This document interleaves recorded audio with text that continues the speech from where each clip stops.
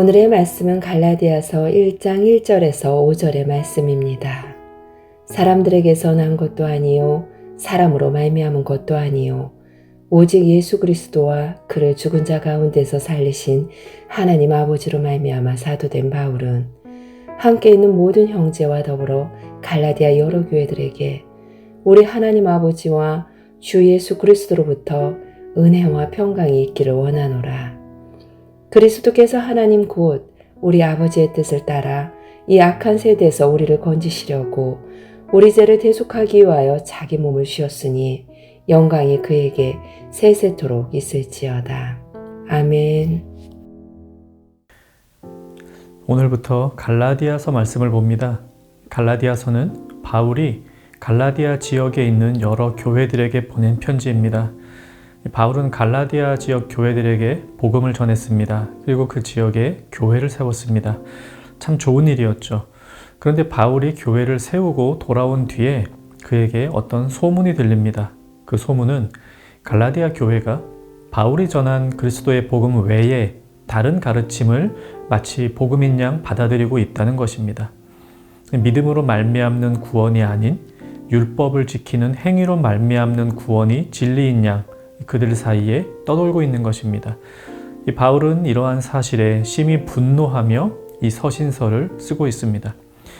이 바울이 다른 교회에 보낸 서신서들 중에는 그들이 믿음을 참 잘 지키고 있다라는 사실에 대한 이 감사 인사가 이 편지 서두에 등장하는 경우가 많은데요.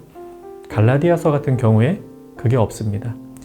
이 당시 편지에서 나타나는 최소한의 격식만을 차린 채 이 본론으로 바로 들어갑니다.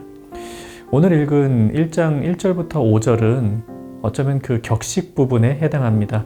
하지만 격식이라고 해서 의미가 없는 건 아닙니다. 안 해도 되는 말을 인사치레로 해는 것은 아닙니다. 바울이 이 편지를 통해 그들에게 주고 싶은 메시지가 있기 때문에 빠르게 본론으로 들어가는 것일 뿐이지 그가 처음 하는 인사 역시도 중요한 하나님의 말씀을 담아내고 있습니다. 오늘 본문을 통해서 바른 교회의 모습은 어떤 것이어야 할까 두 가지로 보도록 하겠습니다. 첫째, 교회에서는 세상 자랑이 없어야 합니다. 이 본문 1절을 한번 보십시오. 바울의 사도직에 대해 말하면서 자신이 사도가 된 것은 사람들에게서 난 것도 아니다 이렇게 시작을 합니다. 이 구절을 쉬운 성경에서는 사람들에게서 뽑힌 것이 아니다 라고 번역합니다. 즉 바울이 사도가 된 것은 사람들에게 인기가 많아서 된 것이 아닙니다. 오직 바울의 사도됨은 1절 후반부에 나오듯이 하나님 아버지로 말미암아 된 것입니다. 사도는 하나님의 일을 하는 사람입니다. 하나님의 일을 하기 때문에 하나님께서 뽑으십니다. 성도, 모든 성도 다 마찬가지입니다. 성도는 하나님의 백성입니다. 때문에 하나님께서 택하시고 부르시고 모으십니다. 그렇게 모인 것이 우리 교회입니다. 그런데 하나님께서 우리를 왜 택하셨는가? 거기에는 이유가 없습니다. 우리가 뽑힐만 해서 뽑힌 게 아닙니다. 그저 은혜입니다. 에베소서 2장 8절 9절입니다. 너희는 그 은혜에 의하여 믿음으로 말미암아 구원을 받았으니 이것은 너희에게서 난 것이 아니요 하나님의 선물이라. 행위에서 난 것이 아니니 이는 누구든지 자랑하지 못하게 함이라. 이 사람들에게서 뽑힌 것이 아니니 자랑할 게 없습니다. 하나님께 뽑히긴 했는데 그 또한 내가 잘해서 뽑힌 게 아니라 순전히 하나님의 은혜로 말미암아 뽑혔습니다. 그래서 우리는 자랑할 게 없습니다. 많이 배운 것도 능력이 있는 것도 잘생긴 것도 아무것도 교회 안에서 자랑이 되지 않습니다. 다만 한 가지 우리는 예수 그리스도만 자랑합니다. 그래서 교회에서는 세상에서 난 무슨 일을 하고 있다, 어떤 성과를 얻었다 이런 자랑의 말들이 없어야 합니다. 대신에 하나님께서 우리에게 베푸신 은혜만을 서로 간에 나누어야 합니다. 둘째로 교회는 예수님께서 하신 일 때문에 그분께 영광을 돌립니다. 지금 다른 복음을 받아들이려 하는 갈라디아 교회 사람들에게 바울은 우리 복음의 원천이 어디에 있는지를 분명히 말해줍니다. 오직 예수입니다. 4절 5절입니다.